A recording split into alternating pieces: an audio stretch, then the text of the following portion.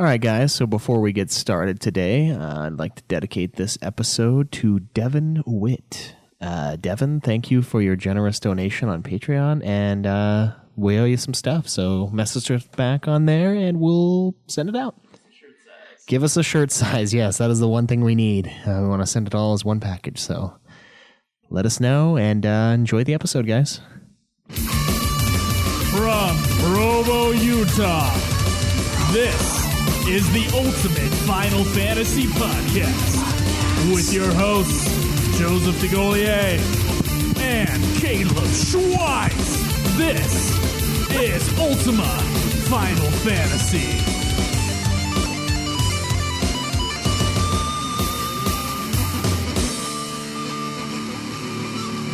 All right, welcome to another episode of Ultima Final Fantasy, the Ultimate Final Fantasy Podcast. I am Joe. And I am Caleb. And today we have with us Banedrom. Say hi. What's up, guys? Banedrom. And we got Krinital. What's up, dudes and dudettes? And then we have Shuri from the forums, or Artiforian, whatever your name is. Say hi. Hey there. All right, so just so you guys know, as we were talking about in our Final Fantasy review episode, Final Fantasy 11 review episode, we played with a few of our listeners, and they stayed on regularly, and they were there all the time. These three guys, and then we also had, Darth Jomu was on a couple times, and then we had Jenna one night. Yeah, and then we had Roxo, Dr. Roxo. Did we? Oh yeah, Dr. Roxo from Twitch. That's right. Yeah. Whose friend was Jenna? Art. Mine. Yeah, Oh. Art, sorry. All right, guys. So, a couple preliminary questions here. Let's start with you, Banedrom. How much FF did you play before Final Fantasy 11? I've been playing Final Fantasy since I was like 10. Started with Final Fantasy 6 multiplayer at my friend's house on his SNES. How'd that work out? You know, it was really fun because you could pick what characters you wanted to play, and it was like 2 and 2. And I was just always, you guessed it, Umaro, because he's awesome, and Sabin. So that was my combo, and I just remember having a really hard time with, the combos, because I was like 10 and couldn't quite figure it out. We always had a Sega Genesis in my house, which was not a very complicated system. It was mostly like 2-button pushing. After that, I didn't really play Final Fantasy until like the PlayStation era, and that's when I really hit it hard. And then I hit like 7. Actually, my very first paycheck was a PlayStation, Final Fantasy 7, and an extra controller. After that was 8, which was just a journey. It's my favorite Final Fantasy. Final Fantasy 8 was your favorite? Yeah, absolutely. Nice. Just that time in my life, I was like maybe 15, 16, and just got way too into the story. Way too into, more into 8 than anyone should ever be allowed to be. Did you fall in love with Rinoa? I fell in love with the idea of what Rinoa was, like that love. I was that philosophical. Wow. Yeah, it was a journey for me. Then I played 9, didn't get as attached to the characters in 9, and then after that, it was like when they came out, I always had the system and just bought the games after that. So post 7, I played everyone, and then played ROMs of the other ones here and there. Not supporting ROMs, but I did play them as a kid. So I have played every single Final Fantasy at least once. Okay. Not to completion. Not to completion. Okay. Yeah. So like, let's see here. So 14 not to completion and like 2 not to completion, but the rest I finished. Really? Oh, that's pretty good then. Actually, yeah. But only once. I know a lot of people have replayed. Most of those games are only one playthrough. I think 8, 7, and 9 were the only ones that I played multiple times. Okay. All right. How about Krinital? What's your Final Fantasy experience? My experience is that my first FF that I got back when I was a kid was a present when I first got the Super Nintendo and ended up getting Final Quest. But it was a kind of a poor entrance into FF because it was ridiculously too easy. But thankfully, Final Fantasy 1 came out at the same time. My parents got it for a Christmas present, and I played that and really got hooked on that. You got hooked on Final Fantasy 1. At the time, yeah, because it was impressed. The only RPG I was playing other than Super Mario was the only other thing I was playing, and Zelda. But Zelda was too ridiculous for me, but I found more of a connection with the FF1. I can see that. And then after 1, there was like a dead period. I didn't get a chance to have 3 or 2, 3, and 4, 5, or 6. It was kind of a dead point. And then I hit 7 and then was like really connected with that one. And then got into 8 and really loved the whole mechanic system of it, because I know that some of the people in the forums aren't really okay with the draw system, but it was one of the good mechanics I liked, because I liked the overall mechanics of their concept of pulling things, which was what I enjoyed about that. And then I got to 9 and really loved the story, which was probably it's my number 1 for the FFs. For the story thing, how the plays, it actually has a good ending. There's no confusion of how they got from point A to point B. They got there. There was a little weirdness in there, but I'm okay with that. And then I got to 10, and then it was a little bit more compounded. I really loved the story, but still liked 9 a little bit more. But it was a fun experience, and I got a chance to experience Blitzball for the first time. I played that for like 20 weeks. Oh, What, Blitzball for 20 weeks? God. Yeah. You're insane, man. I love that a lot. Just the Blitzball. That's all I played for that. Oh, wow. Like On the PS2 too, like all pixelated shit. Oh my god. Yeah. Dedication. And then I got 11. I originally played 11 in the past. I made a character. I was a warrior then, and I got from there all the way to Chains of Prometheus expansion, which at the time was about level 60. Mm-hmm. Okay. And then it was dead because I didn't have any friends online. It was kind of hard to get anywhere, and nobody really won. About what year was that when you got 11? Was it 2004? 4? Okay. Wow, that's early days. Okay. Yeah. Yeah. All right. And then after that, it was like a dead period. I just turned it off and didn't want to play it no more. And then 12 came out, and then I really enjoyed the summons mechanic in that, whereas they're like it's more of like you go on more of a bigger quest to get them rather than just like get a stone, hang out with the stone for like 20 battles, and then you get it. Right. I hate the summons themselves, but the mechanic of getting them is cool. It's more of a quest as opposed to like you wore this earring for 10 battles. There you go. You've got one of the most powerful beings in the existence. Yeah, but it was nice to get a little bit of a change, because they put the summons from the previous games in as airships in there, which was okay, but I kind of would prefer to have their original versions. But it's nice that they have a little bit of change going through the storyline. Okay, fair enough. And then there was like the dead point between 12 and 13, how 13 also took a long time to come out. So then I went back and played all the tactics games, and then the expansions of 10-2 and Crisis Core and Last Order, and then the after years of 4. And then that's pretty much where I'm at now, because now I'm playing 14 since I've gone back to play 11 with you guys. Mm-hmm. And now I'm playing that, and I've completed all the storyline, and it's really fun. I have like 200 friends on there. We all do competitive raids, and the story's in depth, and it's just so gripping. Like, I just don't want to stop playing.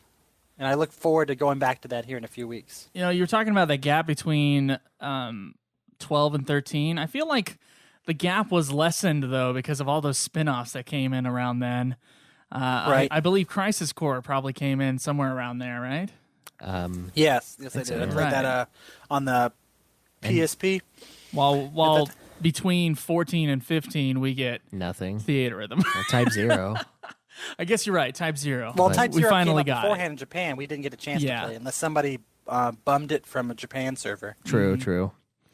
Okay, Art, how about your history with Final Fantasy? All of the above. I started playing it back on the NES, and the main games in this series for me have been 4, 5, and 6, because those are the ones that I played the most of. I played some of the PS1 era, but mostly just 7 there. And then I got chickenpox when I was 19. What? And I got a little late like for 500 hours on Final Fantasy Tactics while I was in my grandma's basement with chickenpox.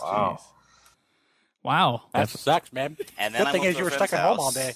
Oh, it was horrible. Yeah, well, I was in my grandma's basement with Final Fantasy Tactics, so it was okay. And Gogurt. Lots of Gogurt. You know, I could eat because they were in my throat and stuff, too. Jeez. 8 was another game where, like, I got really sick when I played 8, and I remember staying home. I was, like, in high school at that time, and that was actually my first, like, staying up overnight to play a video game. I remember that, playing the Brothers Dungeon, where you get the brothers. I remember staying up overnight and just plowing through that. It took me like 10 minutes, but I had a guide, so... Well, not the dungeon the whole night, but I remember at like 3 in the morning doing that, Oh, and then okay. being like, "Well, I'm just gonna stay up overnight and play this game now." How about the newer Final Fantasy games, Art? Familiar with them? I played 10. I don't know. 10 was just kind of there for me. I never did platinum, quote unquote, like you guys did. Not guys. And then we came Caleb. to 10 2. Yeah, don't be rewarding him. 10-2. I played the living crap out of 10-2, like horribly. All I right, stole man. it from High Jen five. back when we were living together, and Goddamn. it lived in my room for like a month. So the answer to what can I do for you was a lot of things for you, apparently.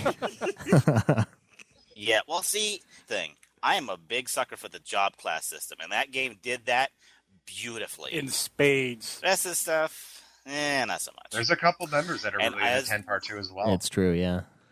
There Yeah. are. They Jeez. exist. Like Krinital back in the day, I played some 11, but I didn't stick with it as long as he did. And I've barely played 12, unfortunately. I'm looking forward to going through it when you guys start doing it. What are you guys' thoughts on 13? I like It's it. okay. I mean, think it's okay as a general game.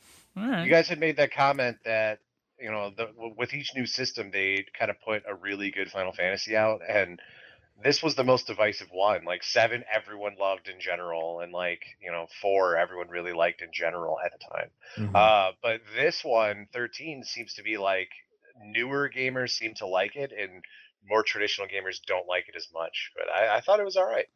That is all right. Art, you're on 14, right? I have played 14 since just about the release of the original 1.0. Wow, 1.0. Were you one of those people that stayed through to the end Yeah. and saw like what was it, the moon explode and Nope. Bahamut come out? No, you didn't see that. Sure didn't. I stopped playing about a month or so before they shut off the progression on the servers. That's too bad. I heard that ending was epic.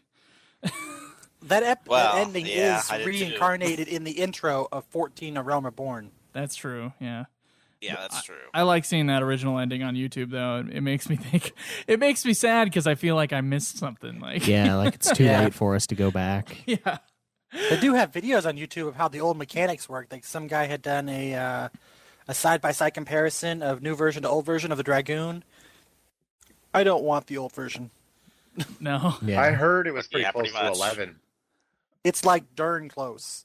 Like the only difference is the Yeah, look of it the was. of the HUD. That's it. Yeah, I've heard it was 11 with way better graphics. Yeah, I've Yep. heard the same thing. Yeah. And it doesn't fly anymore. So, speaking of MMO, I mean, how much MMO experience do you guys have? I'll Just- take this first, I guess. Yeah. As I brought up, if you guys have been watching the Twitch feed, I bring up EverQuest a lot. I played EverQuest 1 when it came out. No, I jumped in at Kunark, the second expansion. So it was like 99 or early 2000. Played that hard, easily like a year in game time on just that game alone in like the 4 years that I played it. And then when EverQuest 2 came out, I played that game almost until like last year on and off. From 2004 to 2008, it was pretty much solid gameplay. Probably another year in game in that game. In the 4 years, the early 4 years after that, I got out of it. I know, yeah. That's why this game was an easy transition for me because I'm very used to the MMO mentality and just what MMOs are. Mhm. And then after 2009, I got more into raiding in EverQuest 2, which is raiding is a different beast altogether. I think we'll see it more in 14, obviously, when we have a bigger group playing. Can you explain to a non-MMO player like myself what a raid is? Okay, so a raid is essentially there's a monster that's so tough a single group just can't handle it. They just can't do it. Okay. So what you need to do is you get 4 groups together, and in Final Fantasy 11, it was like an alliance. You're grouped up, but you get to like cast spells on those other group members that are in your alliance, if you want to call it that. Yeah. And you all work together to take down just this truly massive hard boss, and it's beyond just if it's designed well, it's beyond just 4 groups go up and beat the crap out of a monster. There's tactics involved, and like sometimes they'll do AoEs that'll kill everyone, or they'll do like a mana drain where they take away all the mana from everything in the whole raid. And there's ways you counter that by having certain classes available, and they're tough. They take a lot of organization. They take a really strong leader. Every guild, everybody has to be all lined up in a row. Everybody's got to have the same communication standards.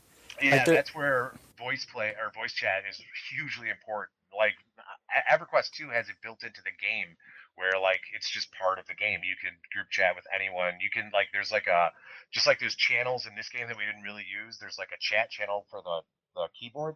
There's chat channels for like a guild. There's chat channels for a group. There's chat channels for a raid, and that's super helpful because everyone has to at least have a headset or it's not. You don't have to talk if you don't want to. And in fact, during a raid, it's best not to talk because there's a lot of directions being given. But it's everyone has to have a headset or at least be able to hear the directions. Otherwise, you'll wipe out. And with a raid, you'll spend sometimes in EverQuest 2. There were some raids in the later expansions that you're talking like a 2-hour raid on one monster, one dragon, or one giant gorilla, where he's just pummeling you. And if one person screws up, everyone dies, and you're out for a week. You can't even try that again for a week. Jeez. Oh, yeah. Lockouts suck. Yeah, EverQuest 2 does have lockouts. Fuck that. It's not very fun when you in 14. In 14, they have lockouts, but it's only for the items. Like you only get one. Once you get that one, you are locked out for a week.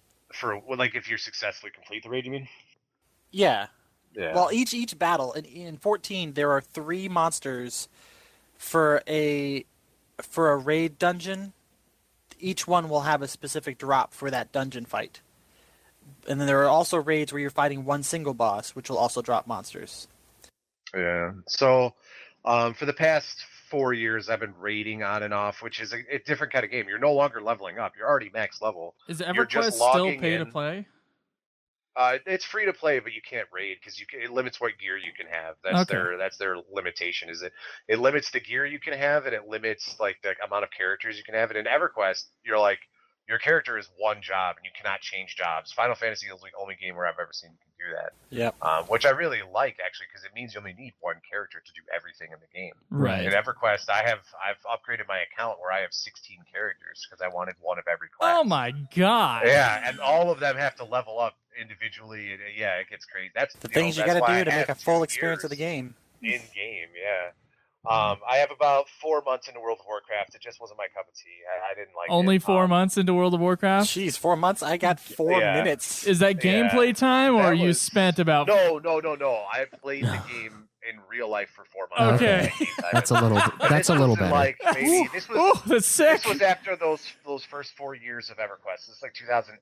I tried it and just didn't get into it. I did a Hunter. And just, it was too much like the Beastmaster or the Beast Lord. Okay. Okay. So, that's where I'm at. I've played 14 for maybe 2 weeks now. I only started 14 like 2 weeks ago. Okay. Just to give it a try because everyone's talking about it. At 11, that first day that I played was the first day that I even looked at Final Fantasy 11. I had never even watched a video for it. So I do have a lot of MMO experience. How was that minus key for the menu? I jumped, you know what, Art, thank you. I jumped right to the PlayStation 4 controller and never looked back. I don't even use the minus key. Oh, yeah. That is something we'll have to talk about because is a game changer. That's what you keep saying. All right, so a lot of MMO experience from Banedrom. Krinital, I know you played 11 before. Yeah, I got a chance to play 11 back around 2003 to 2004 for the Zillart and the Chains where I made the expansions, and played that for like 9 months and then stopped. And then the next time I got an MMO experience was probably, I think, Ragnarok, and then just a bunch of StarCraft and Warcraft 3 online, just playing against people. Like Dota? Yeah. Well, no, not Dota. I didn't play any Dota. Oh, that's too bad. Dota was fun. Yeah, I have that on my computer, just have not downloaded it yet. That's too bad. Well, you can play kind of smoother versions of Dota now, I guess. League of Legends and Hone and Dota 2. Yeah, I haven't gotten really much of a chance to play it. Like, my most main amount of MMO experience is between 11 and 14 of Final Fantasies, because I'm like a diehard fan for the series. Like, the series, yeah. Yeah. So you're playing 14 aplenty? Oh, I plan on jumping on as soon as you guys jump on at the same time, making a new character. I mean, I've spent... Nice. It's been like 2 years since for me being on 14, and I've maining warrior all the way up to that. I'm level 115, and then doing raid dungeons with everybody, and it's just the most fun experience I've ever had in the game. Like, I actually almost got, out of the 16 jobs currently, only 3 are left that I haven't gotten to 50. Wow. Holy shit, dude. Yeah. You could, like, pull us right through. I don't know. Yeah, like I could. That's why I was like kind of hesitating. Like, do I Nice. want to spend the $20 to trade my character to a different server to play with you guys, or to start a new one and help you along? Yeah, And I think it's just going to be easier for me to start over again and just work you guys into the system yeah. at the same time. Well, with 14 also, we're not going to need our hands to be held quite as much for it. It's not as blunt brutal. force. Yeah. Yeah, it's not ridiculous like 11 is. I mean, I was the kind of person who actually wanted to play the game the way it was meant to be played. Like, I didn't plug in the controller like Banedrom and Art did. I played with the minus key. Yeah. And I don't actually, know. That controller scheme is built into the UI, man. I don't know. After a couple I days, still I hate got the okay with controls. I think we've all gotten used to it. Yeah, it's still god awful. It's still but, you know, a horrible control scheme. it's mostly the user interface. The controls themselves or whatever. Tab. Yeah, tab is tab. The targeting system is probably the number one most horrendous thing in this it's bad. game. Yeah, I would agree with that. And considering how Sevenfold. much time you have to use Yeah. on that system, it's ridiculous. Yeah, with trading and I try to tab to a book when I zone back in, and I'm like, okay, fuck it, I'm gonna click on it. I don't have time to tab through all 50 of these people to get to the book. I'm gonna use the mouse. Yeah, I'd go back and forth between the mouse and stuff like that, especially in an area where like a whole ton of shit is happening. It's Yeah. like, am I gonna tab through 50 things, or am I just gonna click on 3 different things trying to find the right click point? So Yeah. it's one of those things where you just got to pick and choose, I guess. Pick and choose your tabbing. Art, how's your MMO experience been? Well, I have basically as much experience as Banedrom, but we kind of went in different directions. I started playing Ultima Online back in the day. Oh wow. Oh, I've heard about Ultima and I have Online. never found an experience quite like it since then. Okay. I've tried playing theme park MMOs like World of Warcraft and, EverQuest 2, and yeah, they're good for a while, but I want more out of my MMO than just going through quests all the time. I want to live in the world. And 14's got a lot of good stuff for it, but 14's not going to be my final destination, I don't think. Especially not since Star Wars Galaxies died. So you went the Ultima Online route. Have you just been playing that ever since, or when did you stop playing Ultima Online? No. I only played Ultima Online for like 3 years. Then I've kind of just bounced around to different MMOs since then. Only Okay. 3 More years. recently, huh? it's Only like 3 14. years. All right. A mere drop of water in the bucket of life. Back in the days of the ICQ, which is how you got your guild together. All right. So You have no idea what I'm talking about, do you? have Nope. no idea. I Sounds used to painful. do dial-up Banedrom, straight help up. me out here. Well, I used to do a lot of dial-up, like back, like you would just connect your phone to your computer and call a friend via the computer to play. Oh my god, the dial-up what was it? AOL. Oh, Beep, beep, wow, okay, beep, beep. that's- No, not even dial-up internet, but I'm talking like connecting to your friend via straight phone lines and like playing multiplayer. I want to say it was like Jedi Academy, or it was one of the very early Star What's your Wars phone games. bill after that? Like, I don't know. I didn't. He didn't have to pay it. Yeah. You probably got a good scolding from your parents. Like, what the balls are you calling 20 Not friends even. for? They would have had no idea. They were still like AOL. You were limiting like 500 minutes for a family. I don't bullshit. man. wow. Yeah. Wow. Yeah, it was bad. Freaking But Also, yeah, I know what you're I'm talking also about. looking forward to playing. I'm also looking forward to playing Elder Scrolls Online with a controller here pretty soon, since the PC version that doesn't have controller support. Yeah. What about you, Joe? I know the answer, but We already talked about our MMO experience on the last episode, but just to recap, nothing. Pretty much nothing. A little bit of 14, a little bit of RuneScape. I played World of Warcraft for a day on about the same for me. A really shitty internet connection. So it kind of ruined it. And that was about it. So FF11 really is my first true long-term MMO experience. I don't know. It's not long-term in comparison to Art's Ultima Online time or Banedrom's EverQuest. With me, it's like I said before, I've played like 3 or 4 of them, of varying qualities and ages and I know styles. you were playing Guild Wars 2 for a while. Yeah, I was playing that for about 6 months. I got maybe 80 hours in it. Okay. So I didn't play it as much, but I played Elder Scrolls Online a fair amount. That one was pretty fun. I was really into the Elder Scrolls, but I played it to the point where they hadn't really developed the new area yet so much, and like I just stopped playing. Yeah. Because they hadn't gotten to that content. I was just playing the hell out of it. So I really like them, but depending on the way the game rewards you is kind of how addicted I get to it. Like with 11, I couldn't give 2 shits about half of the quests that I have because they don't mean anything to me. Right. But in other MMOs, they carry a certain amount of meaning. You get extra XP. I mean, I know you get XP in 11, but like 150 XP to go talk to a few people, I'm not going to do that at this point. So that was during the time where there's no records of eminence. There was no key rings that give you experience bonus points. Like the maximum you could get in 11 during that time was 500 experience per kill. Yeah, I understand. Shoot myself. I understand that, but at that point, like Joe says, I wouldn't play the game. I don't think I would play it if I had to do all that. I really don't. Yeah, there's with this, a lot of, I don't know if the listeners realize, but there's a lot of items that we have that are tripling our XP, quadrupling our XP. Right. Yeah. And that is what enabled this game to be playable, because otherwise we probably wouldn't have made it nearly as far as we did. No. And it wouldn't have been there's no way I could have done it either. I would have burned out a long time ago. That little level up, icon is what keeps you going in an MMO. Oh man. So we're going to probably get to that stuff a little later. Krinital. Yeah. I know you have a list of things that we said wrong on our last review of Final Fantasy XI. How about you give us the most important ones for our audience out there that needs they need the truth. Yeah, they need the education. All right, the most important one that you guys decided to completely flab on was the fact that the job that I wanted to pick in this game when you guys replayed it was the Rune Fencer job. And not the Geomancer. No, you stated the Blue Mage. Oh, the Blue Mage. I'm sorry.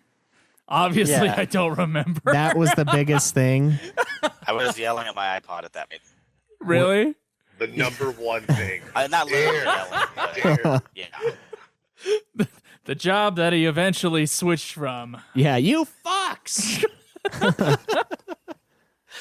Anyway, the job Rune Fencer, along with the job Geomancer, came in during the Seekers of Alderaan, and when they made that, they didn't account for you having to go from 49 to 99 for armor quests. Right. So they completely bypassed it and went straight to 99 for the artifact quest for these 2 jobs. So basically, you're stuck with level 48 equipment and mostly weapons until 10 levels gapping in between. And all you get is the 1 weapon. Your armor is still the same. So that still blows my mind. Why would they do that? I don't understand their reasoning behind not giving them. I mean, was it that hard to write a quest line for the armor quests or what? I don't know. They were able to open up a whole new job. Get you to go from as soon as you jump in the game and get to 99 as quickly as possible. Well, they have certainly made that doable. They have. Yeah. I bet you could probably, even though your equipment is kind of weak, you would be able to level up. Yeah, it's just painstaking. Yeah, maybe. Yeah, a little bit more risky, that's for sure. Oh, yeah. I mean, I was level 98, 1 level away from the top level using my level 60 gear. And my level 60 gear isn't that much better than the level 49 gear for Records of Eminence. So you could definitely do it, especially with trusts. I mean, they don't have the Records of Eminence gear. They have level equivalent gear. Yeah. Mm-hmm. Yeah, the trusts are kind of the biggest helpful point for being able to solo. Because if you're soloing with the 49 quest, you could probably do it. But as a person who likes to be able to... Yeah, I know you like your equipment a lot. I like the equipment. I like being able to be defensive against my enemies, like having special bonuses and protection against spells and whatnot, and it stops that at 48. Yeah. And Me like, and why? Schweiss would always have armor that was like 20 levels down, and then Krinital would be like, why haven't you gotten your armor? Well, a lot of it was hearing that a lot, like checking out your guys' armor. Like, Yeah. I never checked what are you anyone's doing? armor. well, the thing is a lot of it was power leveling. So I would gain like 12 to 15 levels in one day, and it was kind of underleveled when I'd start, and I'd go in there and I would just level the shit out of my character, and I'd forget to train it. Plus, I Right. was running into the same bullshit that Krinital was bringing up with the gap between equipment. It's like, oh yeah, there's great stuff until you hit 45, 50, and then it's like, well, gotta get 99, bud, or you're not gonna get anything. Get to level 70 something Yeah, before the next good thing comes up. yeah, you got to start doing those armor quests, which are The not that artifact bad. quest line. Artifact. Yeah, the quests. artifact quest lines. I'm got 2 more coffers, I guess, and I'll see what happens when we log on in a few months. Yeah, I rage quit last night. you might be further along with those than me. I'm not sure though. I thought you had. Didn't you have your full equipment set? I don't have the later ones. Oh. I've got.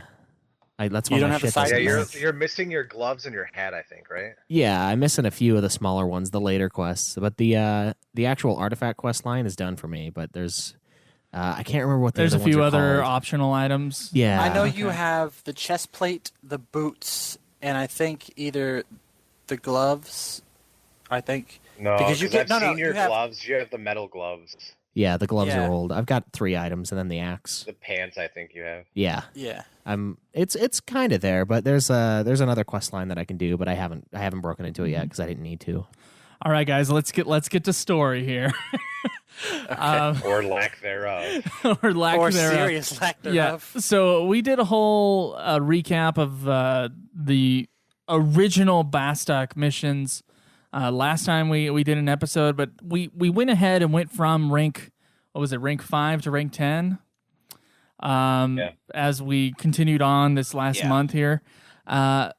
It was mostly about, like, what was there, like a tailkeeper? Does anybody know about what happened in the story? Because me and Schweiss were talking to each other. We're like, I have no idea All what right, happened. I'm gonna kind of pigeonhole myself here. I am not a story-driven gamer. Okay. I am. A lot of my cutscenes was press the X button as fast as I can and look away and just get through the damn story. I Yeah, don't care. I It's noticed when I horrible. was commentating, and when I got done, the end boss had 1 hit left and died. I was like, "Oh, thanks, guys." I mean, That I was know, actually my fault. I know he's a puss, Yeah, but we weren't even close to Agros. I think I was mid saying, "Well, let's wait till Schweiss gets done with it." Oh, never mind, we're jumping in. Okay, Yeah. someone walk us Literally, through since it. I'm a dragoon. All right. So the story mission for what we picked the nation of Bastok. Right. And the missions of it revolves around the storyline of the Galka race, in which Banedrom was, as you've seen on the Galka videos. Pride. And what this story revolves around is, first, it's basically to gain your fame from rank 1 to 5 inside the nation, and then you go into the Tailkeeper series, which revolves around Goomba, the little tiny Galka, who eventually becomes the Tailkeeper of the race, who lives through 3 to 4 generations of the memories of his race. He's that little So he- kid. yeah, Yeah. Is he one like the keeps popping giver? up. Yeah, he's like 300 years old. yeah, he's ancient. So he holds everybody's memories. He He's holds totally the race the of the giver. Galka memories of his everybody's past lives, but he stays a child until he dies, or if he finds a way to grow into his next form, and then they walk out into the desert, pass on their existence, and become a child again with no memories. Yeah, All right, it's I'm gonna like say this in all genuineness. Like, wow, I had no idea that's what it was. That really changes. I thought he was just some kid that was like important, and this is what it was. Thank you, Krinital, for revealing the story to me after our playthrough. So how did Zed try to become the Shadow Lord? What was all that about? The Zed Shadow Lord connection. All right. About that. Sorry, somebody distracted me for a minute. Okay. Okay, so We're looking at porn. Come on. no, it's mechanical work. Anyway, what was the question again? Somebody distracted me. Zed and the Shadow Lord. How does that all fit in? Okay, Zeed was originally, like Were, the person you're going to search for later on in the quest line, was somebody who went in search of the Dark Lord during his quest line with Volker and Iron Eater, and they found him and end up realizing that the Dark Lord is in fact the Galka that died in the Zarkabard area, and when he died, he had dark thoughts against the human race because if he died by Volker's uncle, and he then harbored those thoughts for so long that the world created the darkness around him, turning him into the Shadow Lord, which he then cast the demons out. Zeed and Iron Eater and Volker and Sid went out to go kill him the first time 20 years ago, and realizing what happened to him, Zeed couldn't handle it and went off on his own journey, staying close to the dark side without going over, thus allowing him to become the Dark Knight of his style. Right. It's funny because if you look at those characters, Zeed is totally a Dark Knight. It's like, I wonder who could be evil out of this trio. Yeah. Well, Zeed is not technically hero, evil in a sense. He's accepted the fact that he knows so much of the darkness that he can't walk out of it. He cannot accept the fact that he can't walk back to his people knowing what he knows of how evil his race is at the time. Man, I applaud you for gleaning that out of Final Fantasy XI.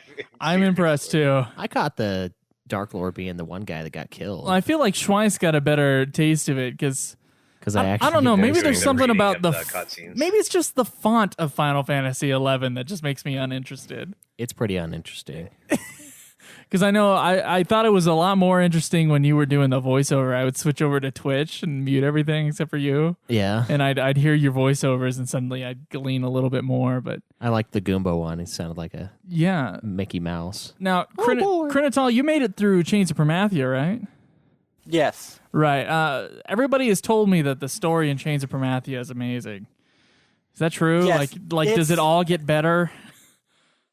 For the storyline, it is way more in depth than the Zillart mission we would go through. Okay. There's like a much longer quest line, more characters. The story gets better. There's more dialogue. The bosses are a little bit more complicated and harder as you go through the storyline. They involve the crags, if you have seen them, the giant white stone structures. And you would go from each one to each one and unlocking their core systems to allow access to the final one, which is the Den of Promathia, the god of death, who is the boss of Chains of Promathia, who wishes to cast the darkness back onto the realm and make the beastmen whole again. Huh. It sounds like a... And most of that storyline is also connected to, if you saw it back when we walked into Quiffum Island for the first time, you remember seeing Wolfgang, the White Knight of Tweno, go in and hunt down the accident that happened in Delphux Tower. Delphux Tower? Yeah. And he saves a child, and that child is the harbinger of Promathia. He is the soul that unlocks Promathia from his slumber in the pits of the crags. That sounds like a much more interesting story. Yeah. Already. Yeah. So what did you guys think of the story of Final Fantasy XI, at least the Bastok missions that we experienced? Art, are you awake? The base one, I'm here. Okay. The base ones up to 5 were okay. I thought it got a lot better after 5, really. Yeah, I noticed the pickup after 5 as well. Oh, yeah, even definitely. from what I got out of it, just the cutscenes alone, like they seem to really ramp it up. Now, part of that was visually because I played a Galka. Part of it was I randomly picked a Galka because I thought they looked cool, and so playing missions, I had no idea that they were going to be focused on that. And even the first 5 weren't super Galka heavy, but after that, I was like, oh man, it's like telling my story. Yeah, I'm not going to And then I listen, didn't but read it's it. telling it. Yeah. Listen to my story. I'm glad I can help you inform you about your heritage. Yeah. Also, that first Xylart mission cutscene was like the first episode of an anime, dude. Like, seriously. A whole time I was just thinking, dude, this could totally be an anime. We had a lot of beginning cutscene cutscenes. It's the cutscene The where first, you the walk first in, actual Xylart one. you walk into Norg Sorry. and you fall unconscious when talking to Lion for the second time after the Shadow Oh, Lord. yeah. And you show what had actually happened after your fight of the Shadow Lord, where the leaders of Dweno had walked into the Dark Tower and assumed the power of the crystals and unlocked the Dark warriors of light, and they, in sense, cast you out of the tower. And the Shadow Lords, whose name escapes me, whose real name is, I think it's C something. Anyway, he stayed behind to fight off the demons to allow you to escape with Lion and Zed. I just remember the cutscenes where Lion's in there, and I'm like, wow, she just doesn't fit with the horrible low resolution characters in this game. They paid she extra is close the story attention to of Lion. Zillart for that time. She's the story. I mean, I don't want to spoil it because at the end of Zillart, something happens to her that you guys aren't going to like. Oh, thanks. That's about a spoiler right there. Yeah. Gee, thanks, Krinital. Sorry. Wait, Hey, this will be subtle. you guys talk for a real quick second. Somebody's calling me. It seems like it's quite urgent. I'll be right back. All right. So what did you guys? So you guys thought the second half was a little bit more interesting. Banedrom, you didn't think it was interesting at all. I know. Me and it's not that I Schweiss. didn't think it was interesting. It was more that it's just it's tiny little words on a screen. If it was voice acted 10 times over, and we're going to run into this problem again a couple months from now because there's still no voice acting, which blows my mind. In 14? Yes. And you mean later on in Final Fantasy 11? No, there is voice acting in 14. There's a little bit in 14. Yeah, a little bit. I know that, like, if it was voice acted, I for sure would have listened. It's not a matter of literacy. It's a matter of just this game in general. There's something about it that is not as engaging story-wise. Yeah, I think you're right there. I mean, are we all on the same page where, like, the story, at least for these Bastok missions, was just a little flat? Yeah, I could pretty much agree with that. The only highlight of that story is probably the Shadow Lord, and that's pretty much the whole concept of that story. I do think it's kind of funny that we happened to get Bastok because of the reason that we did, which I don't know if that was shared in the first episode or not.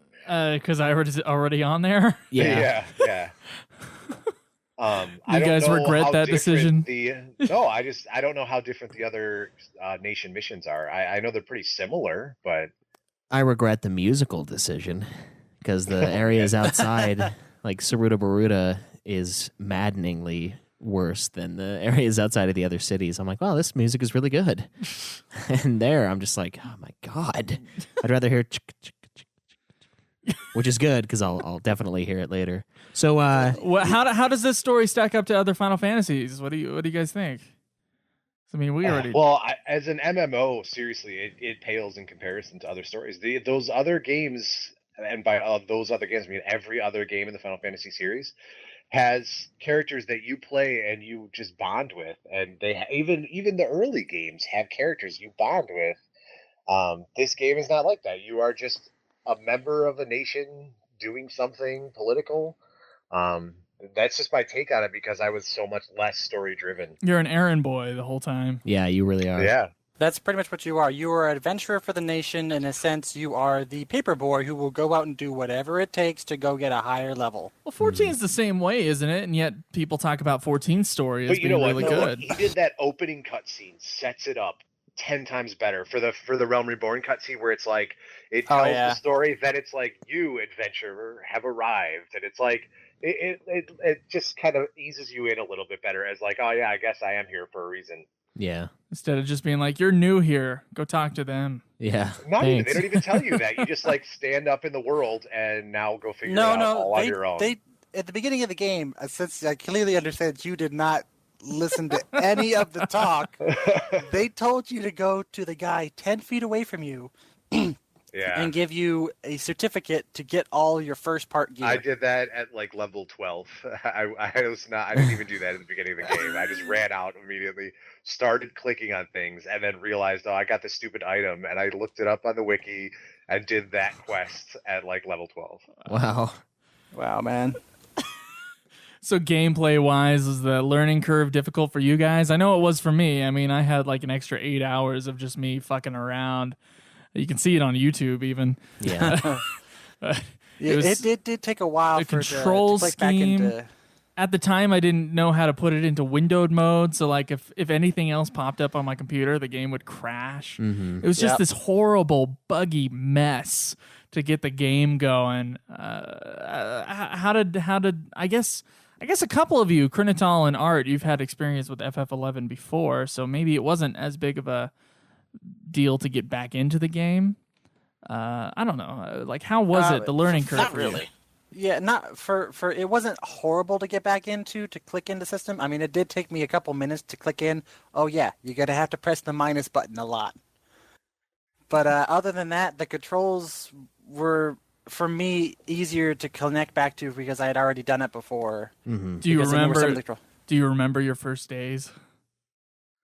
Oh God, no, not really. The first days of our version or my first version? Your first version. The first days were horrible. It popped was ridiculous. Your 11 cherry. Yeah, it pops the shit out of it. Oh man, I was like, this is ridiculous. Like, I was probably in the same mindset as Caleb was. Like, why do I have to keep pressing tab so damn much? Yeah, I was tab, so tab, tab, pissed. tab, tab, tab, tab, tab. I was like, I tried clicking on the guy, but I have to click 5 times to say, "Oh yeah, you want to talk to this guy?" Yeah. So for me, this was my literal first time into 11. Go ahead, Art. Go. I was just gonna say the first time for 11 for me wasn't as bad because I played a bunch of other MMOs to that point, and then coming back was just like falling off a bike, so to speak. You never forget your first time. Yeah, same kind of thing here. It's like because I played EverQuest 1, which was like one of the very first MMORPG games. I was used to doing things the difficult way at that point, but that was like 15 years ago. So for me, when I started playing, I was like, God, this game is nigh unplayable. Yeah. It took me a long time to figure it out. And you had a fucking controller. Well, no, that's what I'm getting to. It's like, truly, it was not until the controller that I was like, well, now this game is super easy. Because playing with the keyboard, I play a little background. You guys know this. I run my computer straight to my receiver and then to my television. So like I sit on a couch and play on a television. I don't play at a desk. I don't even own a desk anymore. Sounds like a dream. And sounds like a great thing. Well, no, it does. But for a game like this, playing with a wireless keyboard and a mouse, it's really hard because there's no desk to sit at and have the mouse in one hand and keyboard in the other.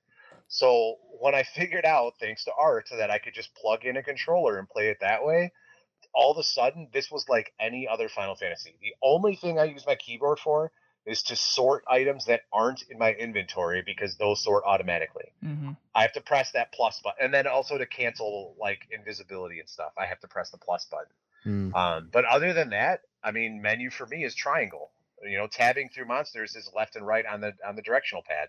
God, that makes sense. Super easy. Yes, it's a lot easier. It is literally like playing any other Final Fantasy. And that's when I took off. Like, you'll see, like, I struggled in the beginning just because I couldn't get into it. But once I got that, I was like, that's it, man. Full force here. And I had that music in, like, full surround sound, and it sounded like shit, but whatever. No, that's not true. Some of them did. But, like, definitely some of the music in the you know, the Naboo and so music was really good. I like the Nabooians? Nobuo Uematsu music. I blurred that all into one word, right? I was like, are you going up on a Star Trek or Star Wars concept? So we can all agree that the tab system is bullshit, right? Yes. Okay. Did the tab system ever get you killed? I'm trying to remember. I got us all killed a couple One time. I think so. Yeah. Or like targeting where you think your teammate is targeting someone else because the screen is so like filled with things. The keyboard or the controller is still not perfect because you still instead of pressing tab, I'm pressing the D-pad over and over and over to find the right target. It was Banedrom who told us about the macros. I wasn't even familiar with the term macro. I didn't understand it.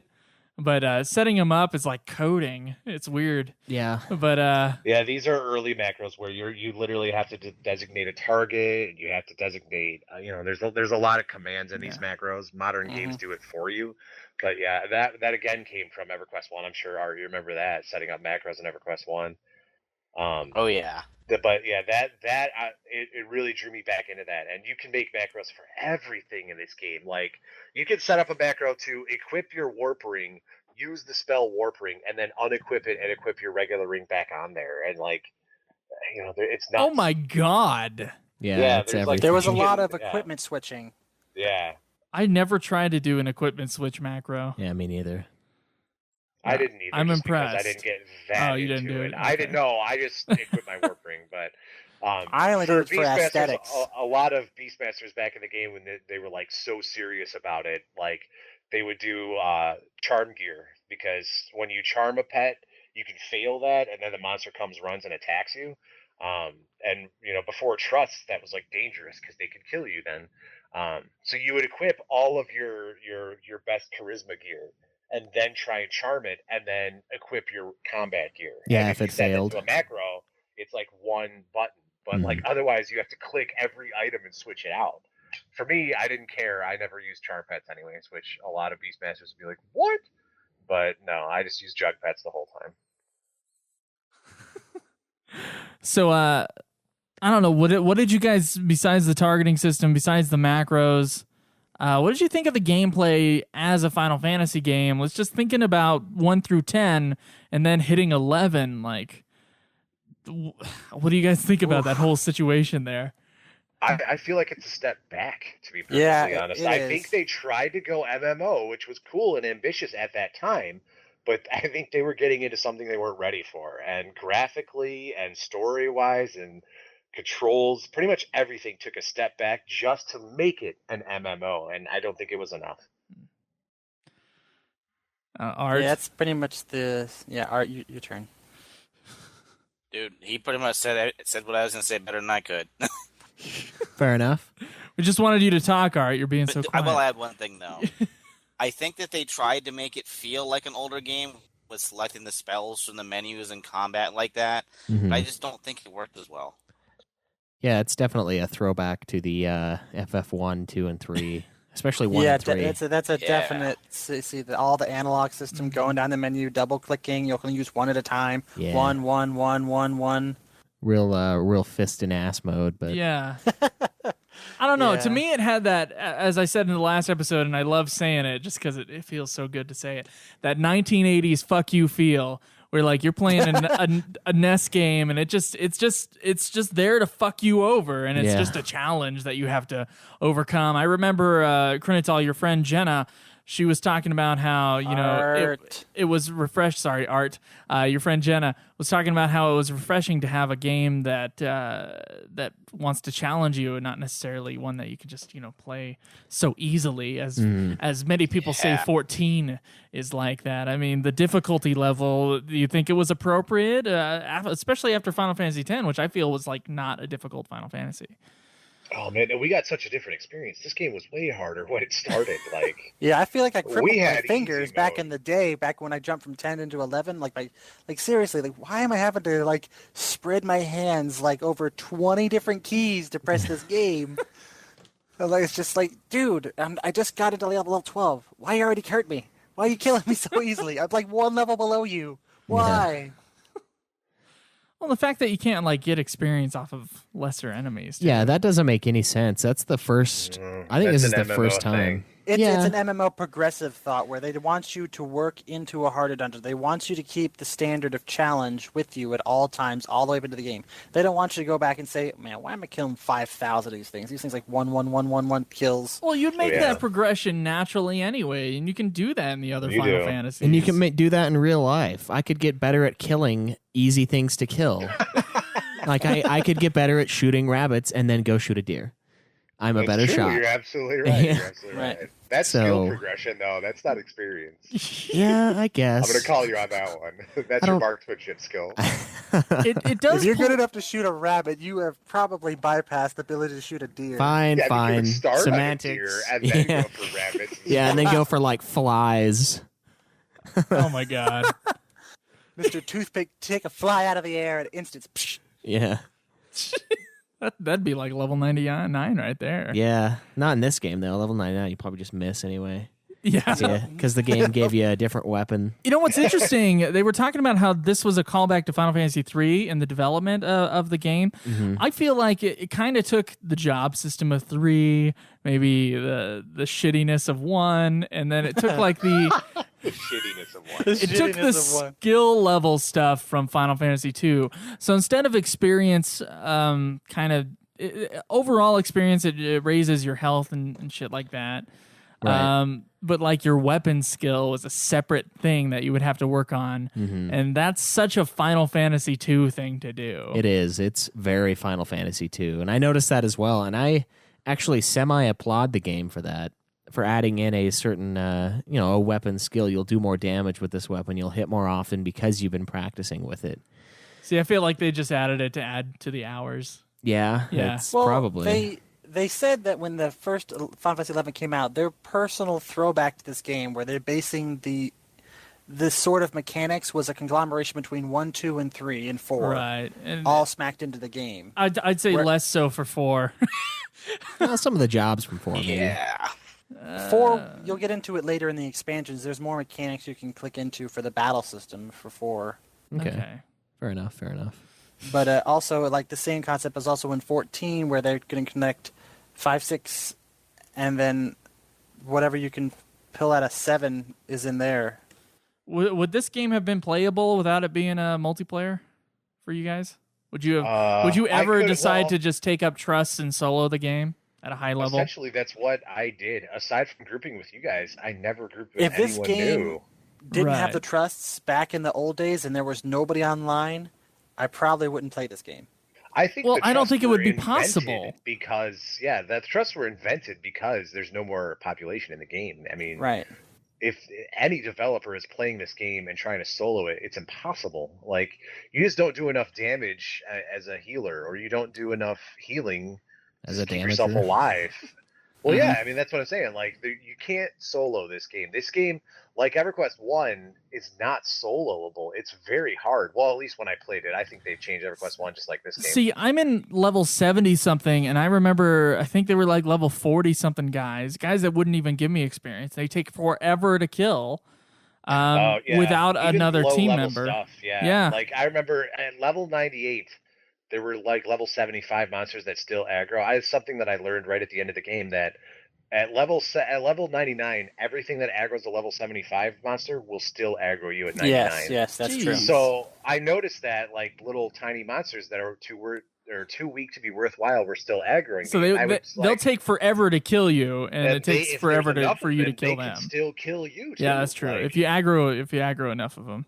yeah, but then Right. like, I'm not kidding. You hit that 99, you equip that gear, and you're one-shotting all those things now. Banedrom, Nice. you were the only one to get to 99. Yeah, Yeah. I think so. How was that where's end everyone game else stuff? at in level? I made it to 83. 70, almost 74. I do think 75. I should note that I do not have a lot of alts though. A lot of you guys have. Yeah, we spent higher a lot level of alts, time yeah. into different alts. As soon as I 88. unlocked Beastmaster, that was pretty much it for me, and I just played Beastmaster straight through to the end. So I hit level 99 2 days ago. So that officially at my game time was 8 days and 2 hours to get level 99. I thought you hit 9 days.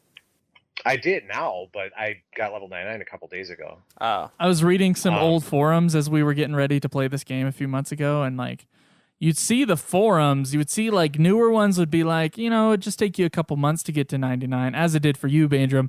And then like older stuff would be like, oh, it takes months and months, and then like I'd see ones that were like, it used to take 2 years. Back in Remember, I my told day. you, the limit of only having 500 experience per kill was the point. Ugh. Yeah. I mean, at the end game, at level 99 or 98, when I was fighting monsters that were level 103, and they were giving me like 6,000 XP per kill with the ring equipped and experience chains.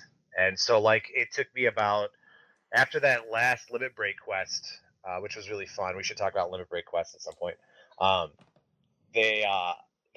So it took me from level 95 to 99 was like an hour and a half. Yeah. Whereas I bet in the original game, seriously, it could have taken a week. Yeah, that's what we've heard, and that's why we were dreading it. But it's a lot easier now. So thank God. Right. Even with the brand new expansion, made it even easier. It did, yeah. Another trust and that nice experience ring, and the ability to use trust during certain battles where you weren't able to before. Another thing too is like I'm a Beastmaster and I have that pet, and that pet hits harder than even the trust do. Like I that know. pet does sick damage. So that fucker was like basic attacking 1,000 sometimes. Yeah, like early on. those were it wasn't the base attacks. So my pet has like limit break or not limit breaks, like weapon skills. TP. Yeah, they have weapon skills as well, and I can command him to use whichever ones I want him okay. to.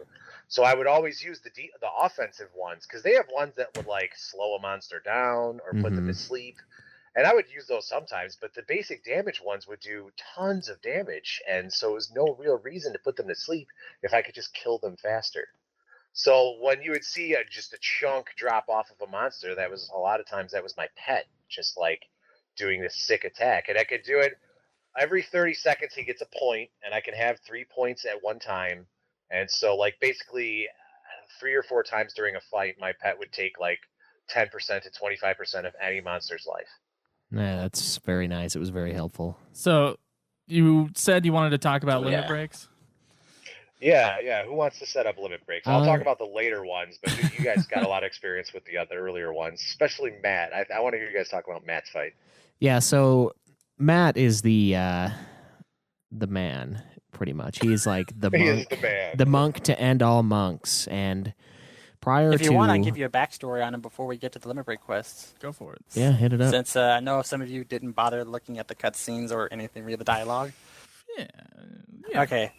Let's just understand how Matt is, why he's a badass of the whole level breaking questing system. Is because Matt is the leader of what the town Dweno used to be as a fishing village. He was the mayor for 20 years before somebody came in and grew Dweno into the metropolis it is today, and he stayed behind to keep an eye on the new mayors, and then the Zillart guys came into power because he found them on the shores dying, and he decided to raise them and allow them to grow and to become the leaders of Dweno. Mm-hmm. And because he was training them the whole time, he has gained to understand their ability to change different jobs from all the different spectrums of what you can work with. So now he has experience in all of the jobs, all the way up to the point, which makes him pretty much the grandmaster of the basics of all jobs. And that's why he's the go-to man to understand the limits of how you can go into the next phase. Okay, fair enough. Like unlocking your potential and whatnot? Yeah. Yes.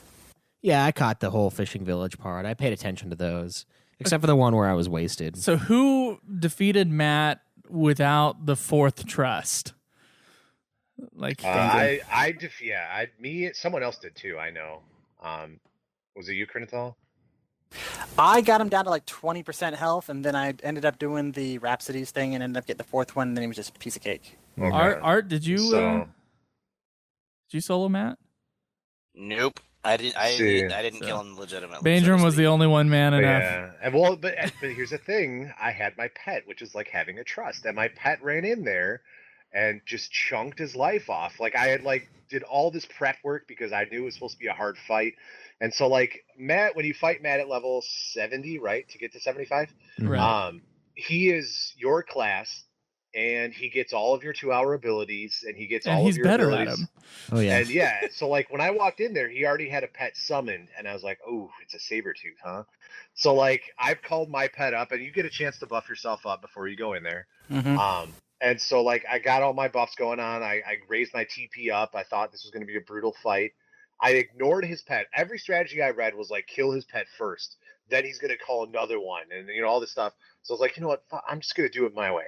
So I went in there, targeted him, sicked my pet on him, and just like wasted him in like 10 seconds. I was like stunned. I was like, oh, I guess it's that easy.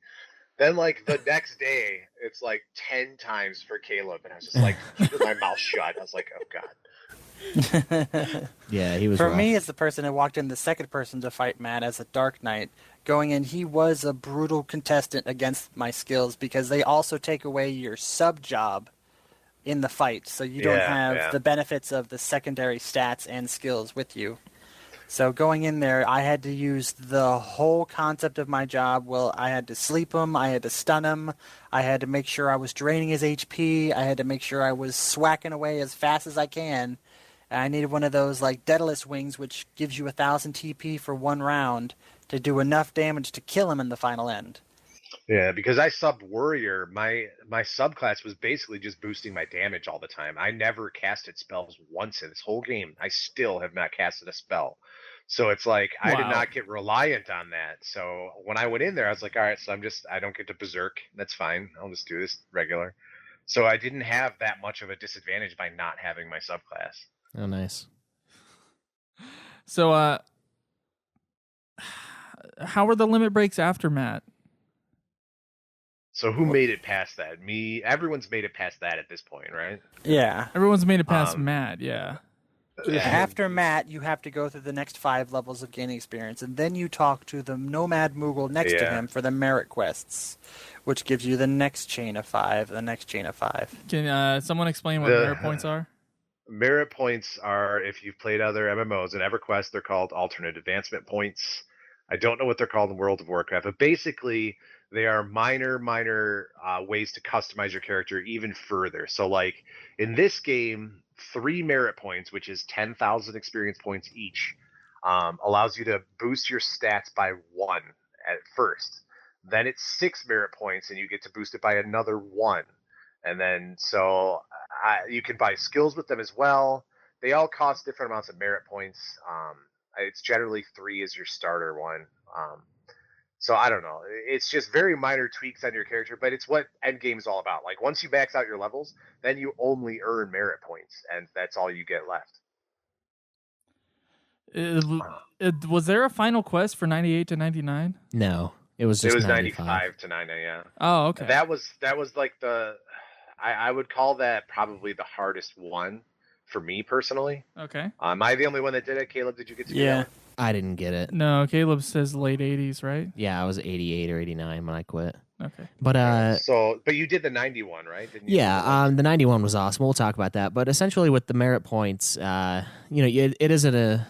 XP change, I guess, and it is late game. You can add it to your stats, which is amazing. By the way, I would totally suggest that. I mean, that's really the only way to level, quote unquote.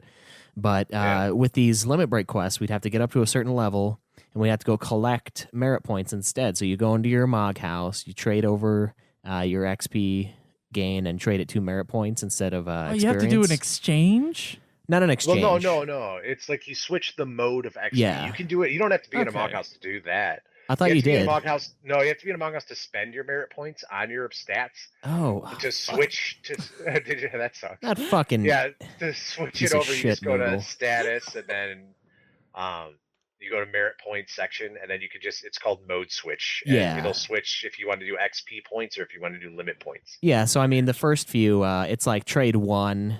And then you tag that, you get 5 new levels, and then you have to start trading 2 or 3, which is, 20, 30K XP, which is not small, but it's not massive. No, I mean, you can knock it out. Not. But the problem I was running into, and I forgot about the goddamn logging quests because they have these items, but... yeah, the little Google outside of Port Bastok, the one that everybody forgets about. Yep, fuck that guy. But there's...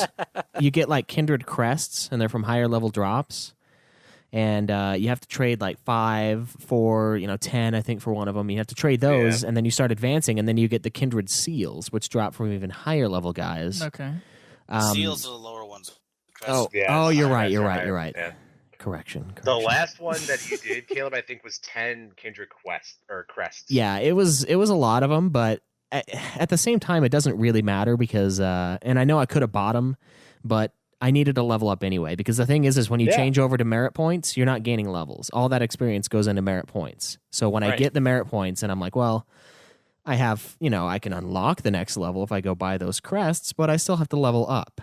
So I just said, screw it, and just farmed them.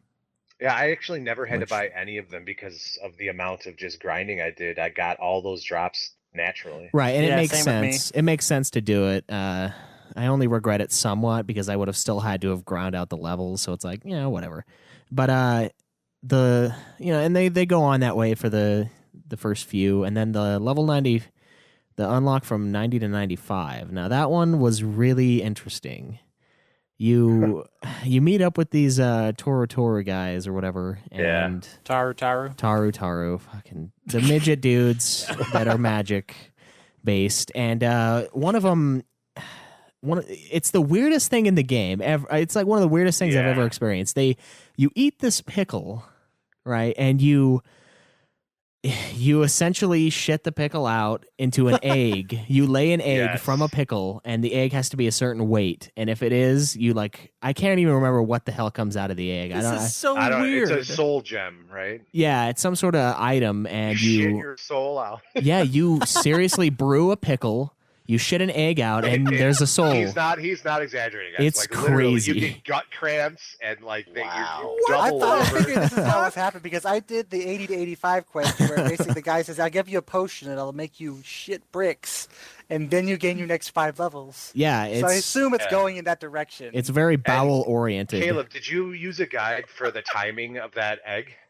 I looked, but it wasn't helpful at all. So I just kind of did it like 4 times, and I was like, because if you do it too early, you spit out a mandragora. Yeah. And if you do it too late, it's like it's a blob, dude. Yeah. Yeah. So I shat out an ooze really the first time, and I'm like, they make this whole it's like, oh no, it's stinky winky. Yeah, and I'm like, what in the fuck? I just took a giant shit, and these people are like observing my shit. They're like prodding it and being like, oh no, not enough. It smells. I'm like, yeah, of course it smells. I just ate a giant pickle and shat it out. It was the strangest quest in the world, but it was cool, I guess. I mean, the one before it, though, was like some weird duel, and I don't remember it very well because I was drinking, playing with Banedrom, and I leveled grinded and ground out the merit points and just ported back. And I don't know, do you guys, what exactly happened to that? Because I remember some other Matt dude. Fight. Who else did this fight? I think it's only the 2 of you because I only made it to the 80 to 85. Damn it. So Matt challenges basically his clone. It's like some other old guy from Bastok. He's in like a green suit. He's in instead. the Bastok markets, I think. He's in there. He's used in the level 95 limit break quest, which I'll get to in a minute. But they do this fight where they're battling each other, and you have to select what move they do or what move Matt does against this guy. What? I don't know if you can lose this fight or not because I didn't look up a guide or anything. I just all right, well, here we go. And the moves are like dragon punch and I know who this guy is. Yeah, so they do this battle between the 2 of them, and you can check their status, and it one of them's winded and the other one, it tells you the status of both of them. I assume you can lose this fight, but I don't know what each move does. Did you lose the fight? Yeah, I lost it a few times. I was like, what is this? I just picked random moves over and over. I had no idea what I was doing.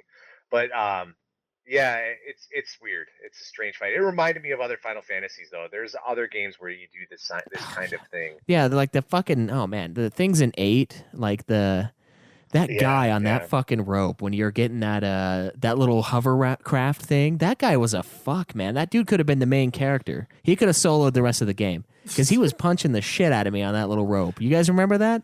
Yeah. The sweet scene in the background. I'm like, well, the background's really cool, but this guy's beating the fuck out of me on this thing. And then it's super easy when you figure it out. But yeah, there's little mini games like that, but this one was rough for me because I didn't understand it at all because I was 10 beers in and I was like, oh my God, what is this? I just wanted to turn my shit in. And for me, I still just pressed random buttons, or selected random commands rather, and I got it on the first try. You have extra luck in that game? You just freaking one shot and everything. Freaking no, that was a 10-minute fight, and then they stop and they're like, all right, let's get back into it. Yeah, what? I was like, no, God. they make you think it's over, and then they're like, all right, round 2 or something. It's like, oh my God. Yeah.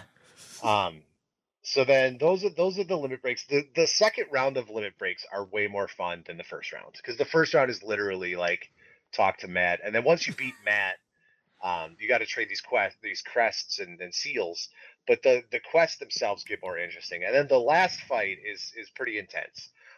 That one, you fight that Taru that gives you the shit potion, in a burning circle fight. And in this one, you can bring other people with you. No, the burning circle way.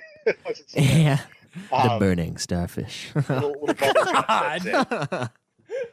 Spicy The Gasol double pickle. pun for this one. Yeah. So he challenges you to a fight. I did look this one up because I didn't want to fail this one particularly because it took me hours to farm the items, which I later found out you could just buy from the login points. From the Moogle right outside Fort Bastok. Oh my god. But everybody I did get a ton of forgets. merit points out of that. Which items are those? You need the... Hold on. I'm in the game. I can look because I still have... You need a seasoning stone. These are all items that drop off like level 99 to 105 mobs. You need a seasoning stone. That's all you need. Now, you can also farm an additional seasoning stone, a fossilized bone, and a fossilized fang, which you trade those 3 items to the guy that fought Matt previously, and he gives you an old rare tail. You use that item to help you in the fight, because I'll explain that. All right. So this fight, you're in the burning circle. You can summon trusts. There's no item. You can always summon trusts into this one. You can have friends with you. So you can go in as a full group of 6 people, which I watched videos of. Okay. This motherfucker, this little Taru has more hit points than anything we fought in the game so far. 27,000 hit points. Oh man! Holy you fuck! are limited. You are only allowed to do 100 damage per hit. He's got a my god! He one-shots everyone. He hits for like 1,400 damage. He killed Tryon in 1 hit. Like we walked out there. Tryon is like the best tank trust that you get. He's like a paladin, and he's got really good armor. He can hold aggro really well. He one-shotted him immediately. I was like, oh my god, this Holy guy's serious. crap! How'd you kill him? Okay, so these old Rarab tails, which is farming those items for. If you use that item on him, he freezes in place. You can do more damage. It removes the damage barrier, and he doesn't attack you for 90 seconds. Ooh. Wow. So during those 90 seconds, I'm unloading on him. I don't have Tryon anymore, so if he comes out of it, he's going right for me, and I'm like, oh shit. Oof. So I was wise enough to go farm enough items to get 4 of these old Rarab tails, which is the most you could use because it's a 10-minute limit. If you don't do it in 10 minutes, you get kicked out. Mm-hmm. And so those last 90 seconds, so I think I could have had 5, but I was like tired of farming at that point. So I chain use those items every 88 seconds just to keep him frozen and just burned him down. And it took me like almost like 9 minutes to kill him. And that was just full using every skill I have to do as much damage as possible. Just like my pet was doing maybe like 5% of his life every one of those special attacks, and it made me nervous. But without those items, no way, man, because he hits so hard, it's sick. It's like you're chewing on the bullet, waiting for this guy to wake up from the stun. Yeah. Oh man, and he like does a macro when he's gonna come out of it, so you can like just chain use the items. But that was the hardest fight because without that, there's no way. I don't think it's even possible because he hits you so hard. Wow. Well, that's kind of worthy for the final guy, I guess. I mean, it's almost absolutely. It's almost repulsingly difficult from the sounds of it, though. I mean, if you go in there just like no trust, you're like, oh, I'll try it out, just dead. Like, wow, well, thanks. Yeah, seriously, thanks a lot, asshole. So, that was a cool fight. It was definitely like this culmination, and you get a nice cutscene after that too. Nice. I kind of wish I would have leveled up enough, but those crap dudes were... I was going to go in there with you and see if we could do it together. Well, we'll get a second chance at all that. Yeah, in a couple and years. Might as well all those games down the road. It's not that many, to be honest. Yeah, I mean, it's 12, 13, 14, and then the 4 after years, the 7s, and then 10-2, and then that. So it's like 5 games, 6 games? Oh, just kept track. That's 12 months if each game is 2 months. Yeah, no, each game won't be 2 months. They're just some of those games aren't that long. Yeah, we could do Dirge in like a week, honestly. But it's 12 and 13 and 14 will be 2 months. Yeah, those are big. Everything else should be a month or less. Okay. Now in the 11 expansions. Yeah. For anyone confused about the order, I mean, we talked about this on way later episodes, but some people might not have caught it. You can go on our forums. There's actually a section where I've put the official order that we'll play these games. You can probably just put that in the search bar. there's a whole explanation about what games are playable for us, and then what order that we're going to play them in. Yeah. I mean, it's obviously subject to change, but it's pretty solid right now. Yeah, and I think we definitely are. I think we're 99% sure we're going to go back and play all the expansions of 11 in a row. Yeah, that's going to be a little bit of time. I think it's going to be some time, but I mean, obviously, we're just going to be doing missions. It's not going to be grinding in between. I mean, we might do a little bit later on for. Well, your ass has to. Yeah, I got to, and I believe Art has to, and I think all of us probably have to get to 99 at some point. I would like to. Yeah. I definitely have to if I plan on getting a rune fencer job. Yeah, definitely. I have no choice. But yeah, missions without leveling up, it could be quick. And for especially the first few expansions where, we're going to be in areas that we're not going to get aggroed all the time. I think it might not take that long to get through a lot of them. Yeah, we'll see. But we're definitely planning on coming back, so we'll look forward to that with you guys then. Yeah. So why did you pick whatever job that you picked? I mean, I was a red mage. Yeah, I just wrote this down as something I wanted to talk about. Good job. Yeah. Good job, host. I was a red mage. Twice you were a warrior. Yeah, warrior, sub-white mage. All right, and what were you guys? I was a Beastmaster. Mm-hmm. And then I started off as a rune fencer. Well, as a warrior first, just to get enough levels to go over to Seekers of Alderon to be a rune fencer. And then as soon as I hit 50, I hit that information, and then I got really depressed. And then I switched over to Dark Knight, and then I was Dark Knight from then on. And Art, what were you? I started off as a red mage as well, but I didn't plan on staying as a red mage. I planned on being a samurai. And I'm like, ooh, blue mage is basically red mage, only better. And then I started learning spells, and that got really annoying. And so I actually ended up on Dragoon with Sub Samurai. And how was that? Yeah, I subbed Warrior too. I don't know if I mentioned that. You sub Warrior? Is that why you were doing so much damage? Dude, there was something about Banedrom. I mean, the fact damage. You were doing so much more damage. It was like I think I was always higher level than everyone. Always, yeah, that's true too. Yeah. Until the end, Caleb beat me for a little bit there. Is there a specific reason you picked the classes that you did? I mean, do you always pick? So in EverQuest 1, I was a Beast Lord. In EverQuest 2, I was a Necromancer until Beastmaster came out, or Beast Lord, and then I was Beast Lord over there. I like pet classes. For me, it's a pet class thing. I really enjoy having a pet. I like that extra management level. I also like being a damage dealer. I've played as a tank in raids and stuff, and it's stressful to me. I don't like being the tank because when you have, it's bad enough having us as a group and like disappointing people, but when you have 24 people and they're all like, "Oh, you died," it's like, "Oh shit." Yeah. So that's stressful to me. And healer is even worse. Healer is like the most stressful thing. You got to be the main guy to keep your entire party alive, and if you die, the whole thing's ruined. Yeah. If you're just doing damage, you can just brag about how much damage you do. So that's what I like about it. Most people pick usually like a warrior class or something like that, I feel like. Yeah, in this game it's a little different too because warriors are kind of tanks and damage. That's unique for Final Fantasy. Definitely. Most MMOs, a warrior is either a tank or damage, not really both. Until you get to 14. And then they're both. Yeah, Final Fantasy series breaks that mold. Okay, fair enough. But I picked Beastmaster because of that. I had started as a thief. Originally, I wanted to not play a Beastmaster because I wanted to try something else. So I started as a thief and made it to like 44, which was, at that time, I was higher level than everyone else. But the thief, it just didn't do it for me. It just, it was kind of boring. You just backstab stuff all the time.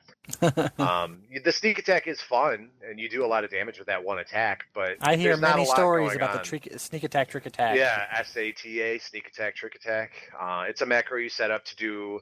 Trick attack is hard though, and we're not. All right, here we go. A little reveal. We're not organized enough for that maneuver. What? For that to work, there has to be a warrior that's like your best buddy, and they have to set it up because trick attack works where you hide behind someone, do that attack, and all the hate that you generate goes right to the person right in front of you.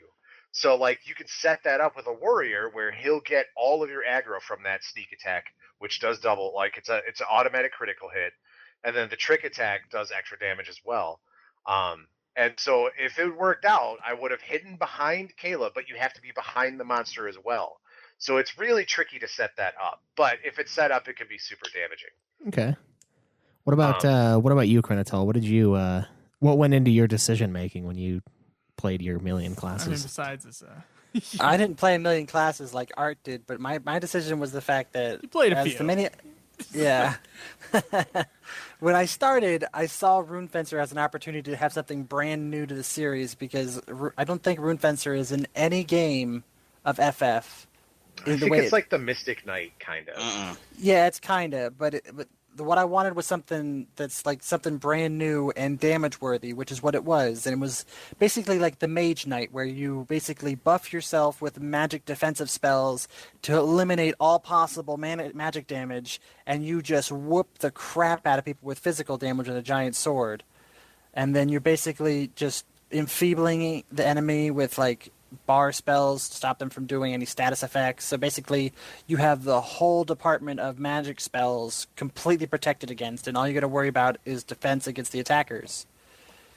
But that would have been great, and then realized that I couldn't do that after level 50 because there's like no way to survive. Well, you could if you weren't Krinital obsessed with armor and stuff. I think I could have gotten around that. Yeah, I guess my little. But I pet do peeve. see your point. But I still like the fact of being a Mage Knight, and then from there I switched into Paladin for a little while and got that to 60. And then I realized that I had to make a choice. Am I going to person who's going to be the tank of the soloing or the healer of the soloing? And I couldn't choose. So I was like, I'll just go the dark version. And then I hit the Dark Knight, and I was like, I'm just going to do damage the whole time. Just damage, and then just sub my Rune Fencer to give myself protection against the magic spells, and that's where I've been so far. You know, before you go on your giant spiel, because you have so many characters, so many classes, something happens around 50 or 60 where it's like you kind of have this burnout on your class, and like I kind of thought about going in Dragoon, and then like the day I got Dragoon, Art's like, "Hey guys, I'm Dragoon now, level 20 already." And then okay. And then I was like, well, maybe I'll try Dark Knight. And then Krinital was like, hey, I just did the Dark Knight quest. Like, oh, God damn it, guys. So I was like, all right, I'm sticking with Beastmaster. No, I appreciate that Banedrom stuck with Beastmaster. Yeah. I'll tell you, that 8.2 mission was sick. Yeah. Oh, yeah. Oh, the Ant-Man. Okay, yeah, the Ant-Man. We'll get there. Art, go ahead, though. Well, I was one of my favorite job classes in the job system in general. And I'm like, oh, self-skill change. This is super complicated. Wait, Dragoon's really easy. I just stab stuff. That's about it. So it was about the ease of play? Yeah. Plus, the Samurai sub gives me that hostile ability, which gives me haste and a buff to my two-handed weapons. So that was kind of a no-brainer for a sub job. Simpler the better. That's how I feel, too, actually. Yeah, minimalist. Yeah. In all ways. You know, I still don't even know. Joe, what did you sub? I was subbing, in quotes, Black Mage, but I only got it to level 10. Are you serious? Yeah, I'm so serious. I noticed that a long time ago. That made no sense. I gave him to me. so like, much I just shit wanted a over little bit of extra magic. Yeah, I'm like, dude, you should have just gone for it. I mean, I was level thinking, 70. if I don't know, next time maybe I might sub Warrior. Yeah. Just do a little bit more damage. Honestly, it's totally worth it to level up your subclass. There's no reason not to. Yeah, absolutely. Well, All the extra skills, the extra You could have magic. been warping us. You get access to warp spells. You could have been doing the August spells. Coulda, woulda, shoulda. Yeah. Well, you did fall off. In the beginning, Joe was doing, well, okay, when we got to the marshlands. Joe I was remember doing you a guys lot. doing one of the mission quests, and you were fighting one of the orc bosses. And I think the term Caleb used was you're just liquidating him. Yeah. Yeah, it was one of those, and like it was a Putting him low on level. sale right there. Yeah. Gotta go, but yeah, no, it's the spells were doing so much, and they just totally fell off. They did. But you know, we made it because of you guys. I feel mostly. like my class was useful up until about level 50, and then it was just like, nope. Yeah. Yeah. Now you're a useless guy on the side doing Krinital a little knows bit of what red damage. mages were for. What were red mages for, Krinital? For buffing. Red mages were, as soon as you hit 50, you went from a damage dealer to a healer because your entire job was to do two things. Cast haste on everybody and then heal whatever the white mage couldn't get to. And that's and then it. refresh too. Yeah, refresh. Refresh is a good one. God, I wish I could use that as the friggin' white, but Can I tell you why I use red mage though? Red mage holds an importance to me like no other. I have a time in Final Fantasy 1 that's 9 hours and 7 minutes that I beat the game in. From beginning to end in Final Fantasy 1. And the reason I did that is because I had my party was 2 warriors and 2 red mages. Mm-hmm. In Final Fantasy 1, the red mage is the most useful class, I believe, in the entire game. And so with that in mind, I was like, oh, red mage should be useful in Final Fantasy 11. And it, to a point it was, and then it just fell off. And the fall off, though, in Final Fantasy 11, it's not like the fall off in Final Fantasy 1. Where like your cure spells are still just as good as the cure spells of white, although you can't cast it on everyone or whatever. Like it's still super useful. yeah. In 11 though, the game keeps going with its difficulty, and red mage I believe is left behind a little bit. Yeah, I mean in comparison to 1, although I will say I wish I would have not used red mages in 1. My version of 1, red mage can go to hell. Yeah, can it? Yes, because the potions in that game, they are garbage. There's no potion scaling, and all they can do is fucking cure 1. That's it. They can't do raise. I have to go back to fucking town if I die in the dungeon. I have to leave. See, the guy with the world record using speed emulation or whatever, he used 2 warriors and 2 red mages. And so that's what I did. I could see it, I guess, but if you want to live in the last area. When we played Final Fantasy 1 for this time around, I had like 11 hours on it. Still a really short time. Totally emulated. I had 3 warriors and 1 red mage. Yeah. Yeah. For my run of 1, I had 3 warriors and 1 white mage to make sure I had the raise. See, the white mage is so useless in attacking.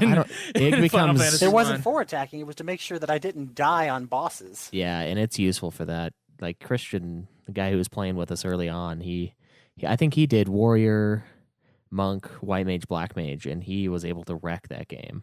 Of course, he played a different version than I did, and a different version than you, Dawn of Souls. I guess you played Dawn of Souls, but yeah, I played Dawn of Souls. But it becomes more useful. But in my version, I see where that is the case up until late game, and that's when the cure is like it's just fucking. You might as well not have anything. You just got to kill. You got to one shot everything, or you're gonna like fucking die until you get to level 40 or so. I know in Final Fantasy V, once I unlock that red mage, that's it. I go all 4 members red mage until I get double cast. Yeah, that's a useful thing, but I say guild toss for the win. Man, you got a samurai and then get that mimic class, dude. You just mimic, God. Anyway, guild toss mime, because then if you mime one person's guild toss, it doesn't take any money out of your pouch. Yeah, it just does the same damage, which is repulsive. I'm starting to wish that 11 had guild toss because the amount of money we were raking in for selling all the Records of Eminence stuff. Yeah. Oh, that'd be so nice. It would have been, but whatever. So, moving on, and this is a rough thing in a way. What do you guys feel about the? Do you guys have anything else about gameplay that you wanted to talk about? I'd like to bring up combat speed. Okay. The raid. You guys, non-MMO players, probably won't recognize this, but this game had really slow combat speed. As a person I know, from 14 versus this thing is like I'm sitting around for 10 minutes doing nothing. Yeah. I hate that. In this game, for MMO players out there, in this game, you're basically auto-attacking the whole time, peppering in some abilities here and there as a melee class. I'm sure caster classes are different, but as a melee class, I'm sitting there watching my guy swing auto attack. And the weapons delay in this game is really high, and so you're depending on what you have. It's true, but even as axes average about 200 to 300. Faster axes are like 250. That's still really slow, and it's like one swing every 2.5 seconds, somewhere around there, and it's brutal. You don't have a lot to do in combat if you're a melee class. Yeah, it's kind of true. Even for the Dark Knight, I was just swinging out spells, and in between me swinging, I would swing a sword once, cast 3 spells, then allow the auto swing, cast 3 spells, and just let it build until it hits there. But you didn't have nothing to worry about. For me, I had to wait 600 seconds. Yeah. Well, not 600 600 seconds. It's 600 points worth of wait. I'm not sure what that equates to. About 13 seconds per swing. Oh my god.